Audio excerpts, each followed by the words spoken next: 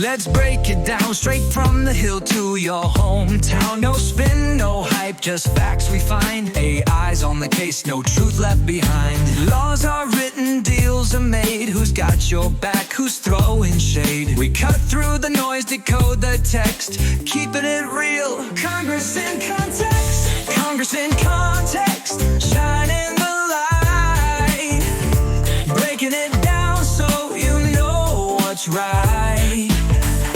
Policies, votes, who's working for you? We bring the facts, the power is you. Welcome to Congress in Context.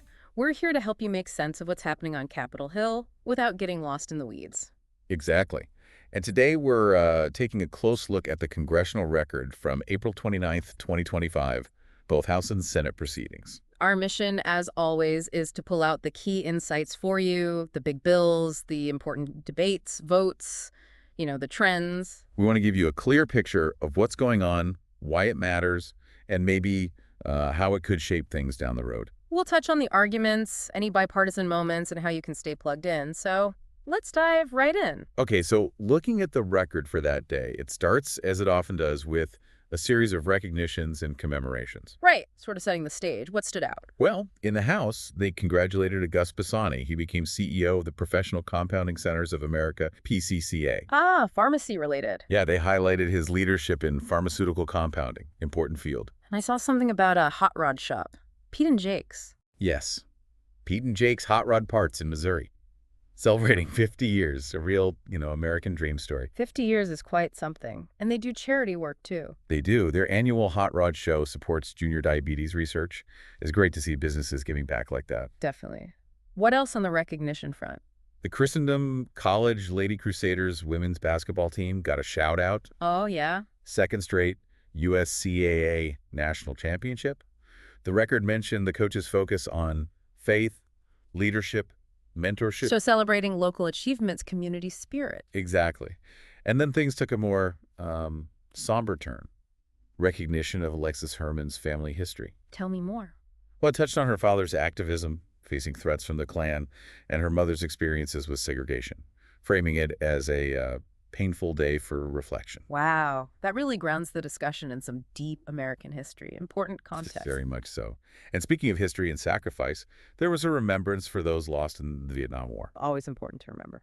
Over 58,000 U.S. soldiers, 250,000 South Vietnamese soldiers, plus countless civilians and those who fled afterwards. A reminder of the human cost of war. Absolutely. Any other individual recognitions? A few more, yeah. Carter Jones from Southern Ohio earned his Eagle Scout Award. Oh, that's a big deal. Only a small percentage make it. Right, about 4%, the record noted.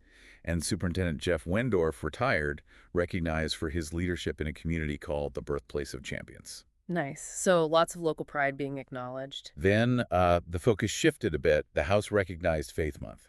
Okay. And what did that entail? Well, just acknowledging its importance in public service, celebrating the resurrection of Jesus Christ.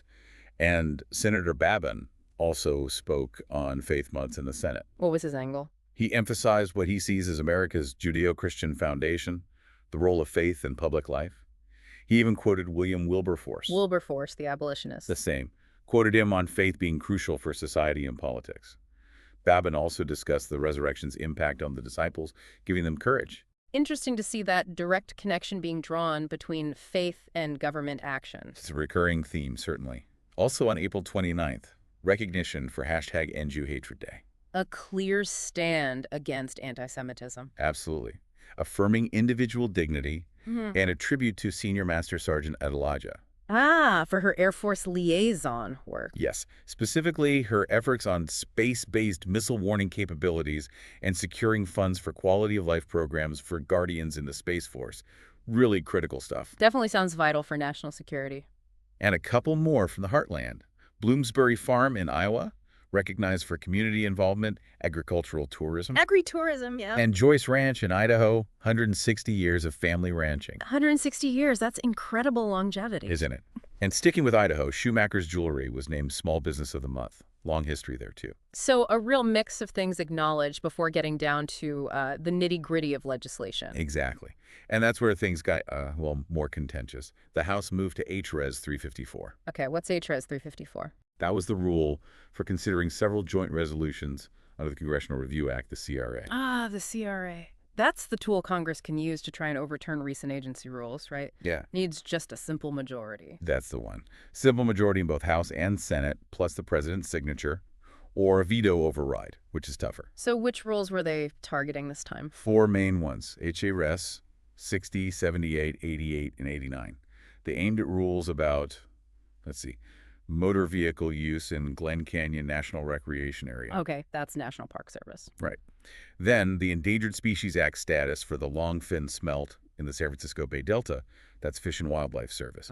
And then 2 related to California's vehicle emission standards, the Advanced Clean Cars II and the Omnibus Low NOx rules, plus the EPA waivers allowing them. Okay, let's unpack those. Starting with Glen Canyon, HJ-Res 60. What was the argument there? Well, opponents of the Park Service rule, mostly Republicans, argued it restricted public access too much. They felt it overturned decades of how people use the area. So, focusing on recreational use, local economies maybe. Kinda, yeah. But supporters of the rule, mainly Democrats, said, hold on, this rule came out of a settlement agreement. It was meant to comply with environmental laws already on the books. And there was a catch with using the CRA, wasn't there? A big one. If Congress uses the CRA to kill a rule, the agency generally can't issue a substantially similar rule again. Meaning getting rid of this specific rule might, paradoxically, lead to even stricter limitations later, potentially banning off-roading altogether if that's what existing law requires without this specific management plan.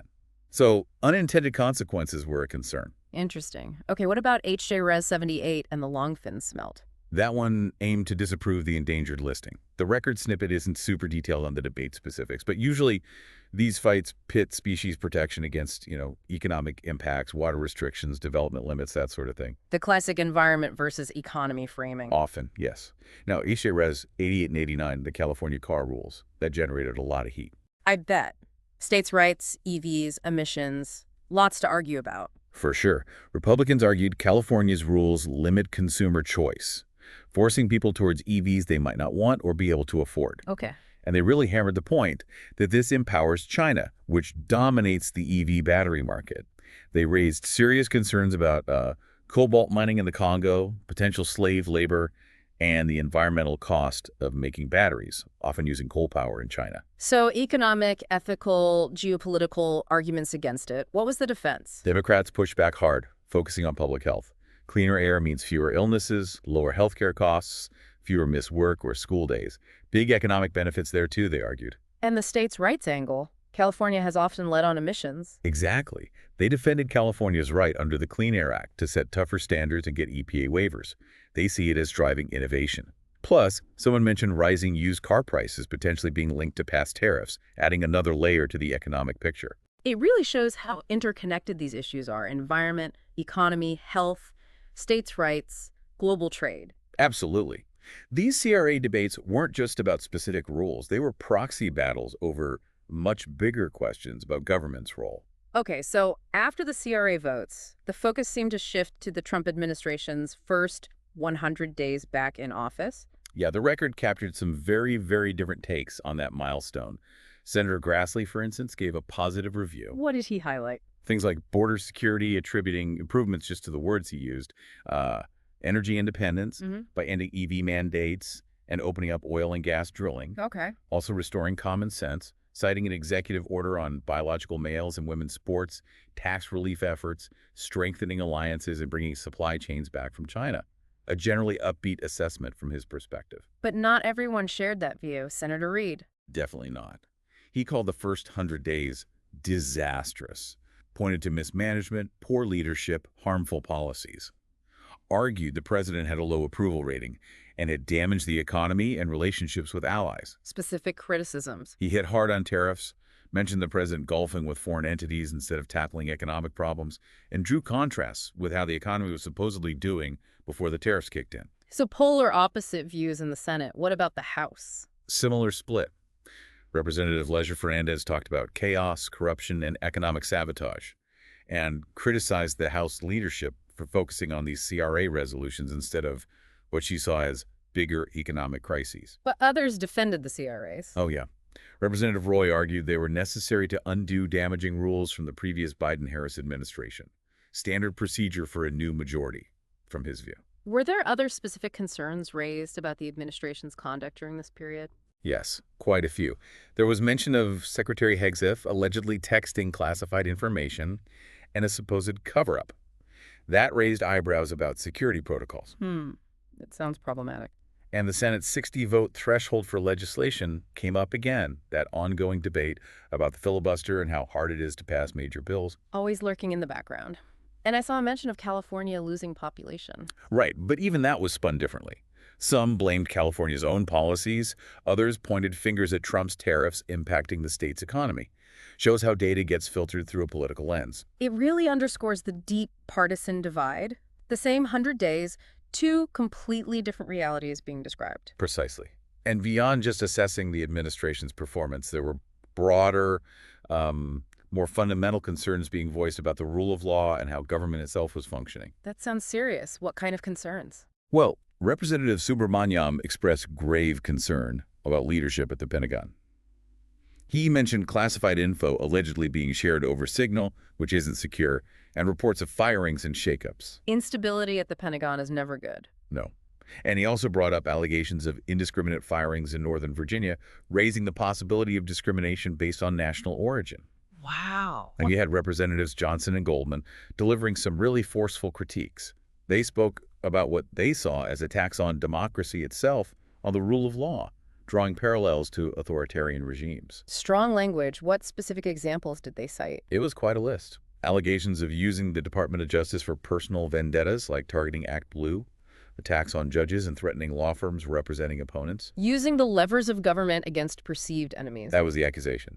Also targeting universities, threatening federal funding over curriculum or admissions, cases where due process was allegedly denied, like the deportation of Kilmar Brego Garcia. This sounds like a pattern of concern they were outlining. They presented it that way. Also mentioned efforts to weaken gun violence prevention, undermining the ATF, dismantling Inspector General offices, the internal watchdogs, and weakening whistleblower protections. So concerns about oversight and accountability. Yes. And allegations of the DOJ harassing critics, potential cronyism in awarding government contracts, an FAA contract was mentioned, and DOJ intervening in an election tampering case involving someone seen as a Medji loyalist. That's a pretty extensive list of worries about the erosion of norms and institutions. It is. And Senator Blumenthal offered a similar, perhaps even more comprehensive critique in the Senate. He framed it as an assault on the Constitution, a drift towards tyranny. What were his main points? It sounds like he covered a lot. He really did. Accumulation of power in the executive, withholding funds Congress appropriated, using executive orders instead of laws, ignoring court orders, intimidating former officials and the media. Essentially bypassing checks and balances. That was his argument. He also mentioned potential due process violations, abusing tariff powers for political leverage, trying to cut off funds to a state over policy disagreements. Like the California situation. Potentially, yes. Also eliminating inspectors general and ethics officials, attacks on free speech, including using the Secretary of State's power to exclude people from the country based on their speech on campuses. Wow, that's a specific concern. Yeah. Concerns about Supreme Court rulings enabling executive power, the idea of adjourning Congress to push executive power further, increasing the debt via tax cuts for the wealthy, the influence of oligarchs, disruptions at USA potentially causing harm globally. He kept going. Oh, yes. Betrayal of veterans through healthcare cuts, damaged reputation abroad, strained alliances, and then allegations of outright corruption and self-dealing. Such as? Mention of meme coin, White House tours for donors, conflicts of interest in appointments like benefiting Elon Musk's companies, rising costs from tariffs hitting consumers, harm to small businesses and farmers, disruptions to science. It was a very, very long list of criticisms. A truly scathing assessment from his viewpoint. But surely there were counter-arguments or different perspectives offered. Absolutely. It's crucial to remember this is one side's perspective laid out in detail. We heard Senator Risch focusing on foreign policy, specifically the nominations of Thomas Barrack for ambassador to Turkey and Tilman Fertitta for ambassador to Italy. He called Turkey a critical but sometimes recalcitrant ally. So focusing on diplomatic appointments and relationships. Right. And Senator Barrasso offered a very positive take on the administration's energy policy. He talked about job creation, cheaper energy, achieving energy dominance. A completely different focus. Exactly. He also praised Elon Musk and, interestingly, the DOGE team, presumably Dogecoin related, for trying to find wasteful government spending. Okay, that's different. And Senator Baldwin. She brought it back to the ground level in her state, Wisconsin. Focused on negative impacts, she saw farmers hurt by trade wars, people worried about Medicaid cuts, highlighting the real-world consequences as she perceived them. So again, very different lenses depending on the senator and their state's interests. That's politics, right? Now, besides these big debates, the record also noted some other, maybe less dramatic but still important, actions. Like what? Updates on Senate votes. They passed resolutions on National Child Abuse Prevention Month, National Home Visiting Week, National Fentanyl Awareness Day. Okay, those sound like areas with likely broad agreement. Often, yes. They show Congress can still come together on certain awareness issues. Also, a confirmation vote was scheduled for Warren Stevens to be ambassador to the UK. Filling key diplomatic posts. Right. And new bills were introduced in the House. H.R. 35-8, dealing with congressional review of agency rulemaking, seems related to the CRA debate, and H.R. 35-9 about interim permits for energy projects. So ongoing work on regulation and energy. Yep. There was also an amendment mentioned related to the Poultry Products Inspection Act, defining smaller establishments, discussions about grants for meat processing diversification. Helping smaller players in the meat industry. Seems like it. Information on a proposed study of a Cahokia Mounds historical site in Illinois. Details on the Cooperative Interstate Shipment Program for meat inspection. Lots of specific, granular policy items. Exactly. Reauthorization of the National Telecommunications and Information Administration, NTIA. A bill to boost foreign investment in semiconductor manufacturing. That's H.R. 2480. Semiconductors, still a big focus. Definitely. And in the Senate, S. 1515 to reform the low-income housing credit. S. 1445 to ban Arctic Ocean drilling. S. 1467 amending the Fair Credit Reporting Act, just noting cost sponsors added there. Okay. And S.J. Ray 13, a joint resolution on bank merger reviews, also adding a cost sponsor, plus the usual hearing notices from various House committees, shows the day-to-day machinery grinding on. So after going through all of that from just one day in the Congressional Record, what's the big takeaway for you, the listener? Well, I think it shows you a Congress that's incredibly busy, dealing with everything from local celebrations to really fundamental debates about the environment, the economy, and even the very structure of American government. You heard passionate arguments about balancing public land access with conservation, vastly different views on trade and energy policy, and, frankly, some very serious concerns raised about the rule of law and the separation of powers. It's a snapshot of a deeply divided political landscape, but also an institution still working through procedures, recognizing citizens, and tackling a huge range of issues. So how can you stay informed and engaged with all this? It can feel overwhelming. It can. Look for summaries from reliable, nonpartisan sources to get a balanced view of legislation and debates. Don't just rely on headlines. Pay attention to how your own representatives are voting, but also why. The Congressional Record itself, or their websites, often provide statements explaining their reasoning. And think about the downstream effects. How might these decisions on energy or healthcare or regulation eventually touch your life, your community, the country's direction? This deep dive, really, it's just scratching the surface of what happened on April 29th, 2025. Absolutely. We hope it's given you a clearer picture and maybe sparked some questions. What do these debates signal about the future of policy and governance in America? That's something worth pondering.